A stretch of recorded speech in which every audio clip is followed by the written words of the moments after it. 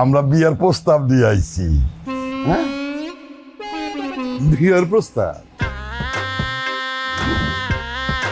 ভাইজান, আমরা আপনাকে বাড়িতে আইছি আপনার পোলার লাগে আমার মাইয়ের বিয়ার প্রস্তাব নিয়ে।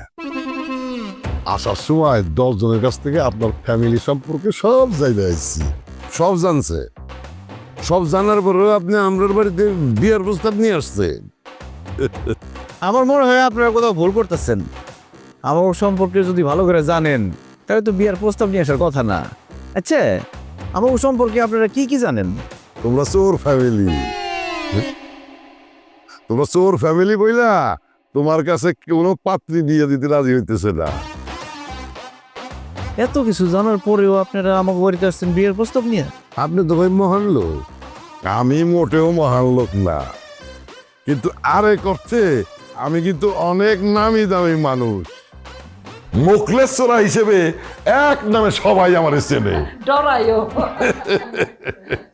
কি মোটামুটি আপনার গোসাইতে বড় চোর কইতে পারেন। আপনারা মনে হয় আমাকে অপমান করে কথা কইতেছেন। শোনেন, আমরা ছোটখাটো চোর না। আপনারা নিজে করে এতই বড় চোর মনে করতেছেন, তাইলে নিজেকে পকেট, হাত, গলা একটু চেক করে দেখেন জিনিসপত্র ঠিক আছে কিনা। রিয়াবা আমার হাতে মালা কই? আমার হাতে মালা তো নাই। হ্যাঁ, এই দুটো কেন কই? হ্যাঁ, জিনিসপত্র দেখে রাখতে পারো না আমার মতো? কি আমার মানে মোবাইল কো কি হয়েছিল? আমার মোবাইল কই? এই ডরেন না, ডরেন না, ডরেন না, সব কিছু আছে। দিয়া দাও, যে যেটা নিচ্ছ দিয়া দাও। এই যে প্রমাণ পাইছেন তো? শোনেন, চোরের মর্যাদায় আমরাও কারো চেয়ে কোনো অংশে কম না।